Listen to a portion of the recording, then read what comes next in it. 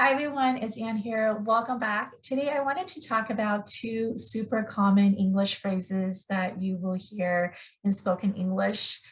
These phrases appear a lot in daily English conversation.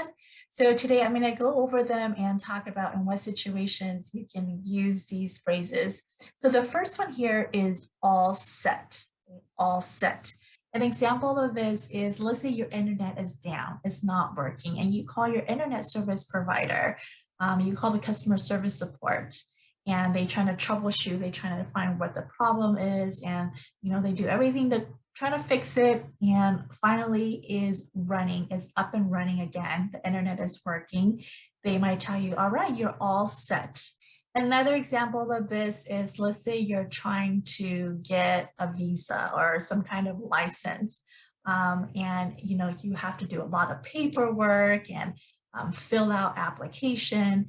And once everything is processed, the person might tell you, "All right, you're all set." That means that everything is ready, everything is perfect, you're ready to go. You're all set. You could also use this in a question form. So for example, if you're at the grocery store and you're ready to check out, the cashier might ask you, "Are you all set?" Or you could ask someone, "Are you all set for the trip?" Or maybe you might ask your colleague, "All set for the conference call?" So we can shorten it and just say all set. The second phrase is, "It's all good." It's all good. Or you might hear it shortened to all good. All good. And this just means it's okay, it's all right, no worries. And we can use this whenever someone makes a mistake and we just want to let them know, don't worry about it. It's okay. You're not mad, you're not angry, it's all good. Okay, all good. An example of this is, let's say you invite your friend to your graduation party or to a birthday party and they cannot make it. They might have to work or they have other obligations, so they cannot come, and they tell you that, "Hey, I'm sorry, I cannot make it." You might just respond and say, all good, or it's all good. That means that, hey, don't worry about it. I understand. Another example might be, let's say you ask your friend or your roommate to get some white bread for you at the grocery store, but instead they got wheat bread. They bought the wrong bread.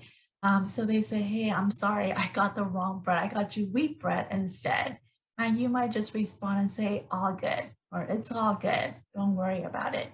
So this is a very common informal English expression that you can use in everyday conversation, an everyday situation where you just want to let the other person know that, hey, it's okay, don't worry about it.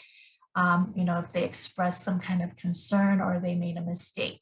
Now, one thing I do want to point out here is be careful. The expression here is "it's all good," or you can shorten it to "all good." Sometimes I hear people say "all is good," which English speakers don't really say this, "all is good."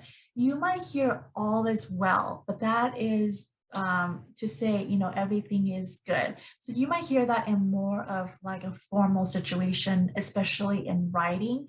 Like if you ask someone, in a business email, for example, like, "How are you doing? I hope all is well," which means that I hope everything is going well. But we don't really say all is good, but we will say all is well in more formal situations and formal writing. So don't get this confused. The expression here is "it's all good" or "all good." All right, I hope this video was helpful. If it was, make sure you give it a thumbs up. And if you enjoy the videos here, make sure you subscribe and tap on the bell icon. If you have any questions, feel free to leave them down in the comments below. And I will see you in the next video. Take care.